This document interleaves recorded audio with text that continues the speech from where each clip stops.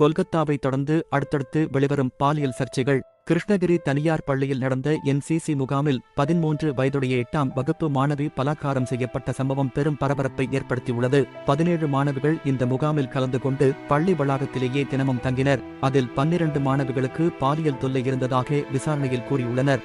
இந்த நிலையில் சிவராமன் என்பவர் தூக்கிக் கொண்டிருந்த மாணவியை தனியாக அழைத்து சென்று பாலியல் வன்கொடுமைக்கு உள்ளாக்கியுள்ளார். இதுகுறித்து மாணவி பள்ளியின் முதல்வரிடமும் ஆசிரியரிடமும் கூறிய போது அவர்கள் இதை பெரிதுபடுத்த வேண்டாம் எனவும் பப்பாளி மற்றும் அன்னாச்சி பழங்களை சாப்பிடுமாறு அறிவுறுத்தியுள்ளனர். இந்த நிலையில் மாணவிக்கு உடல் நலக்குறைவு ஏற்பட்டதால் தனது தாயாரிடம் நடந்த அனைத்தையும் தெரிவித்துள்ளார். பாலியல் அத்துமீறலில் ஈடுபட்டதாக நாம் தமிழர் கட்சி சேர்ந்த சிவராமன் கைது செய்யப்பட்ட நிலையில் அவர் கட்சியில் இருந்தும் நீக்கப்பட்டார். பள்ளியின் முதல்வர் உட்பட 8 பேரை போலீசார் போக்சோ வழக்கில் கைது செய்தனர். மேலும் போலியாக என்சிசி முகாம் நடத்தியதும் விசாரணையில் தெரிய வந்துள்ளது. கிருஷ்ணகிரி என்சிசி முகாமுக்கும் தங்களுக்கும் எந்த தொடர்பும் கிடையாது என என்சிசி அமைப்பு விளக்கம் அளித்துள்ளது.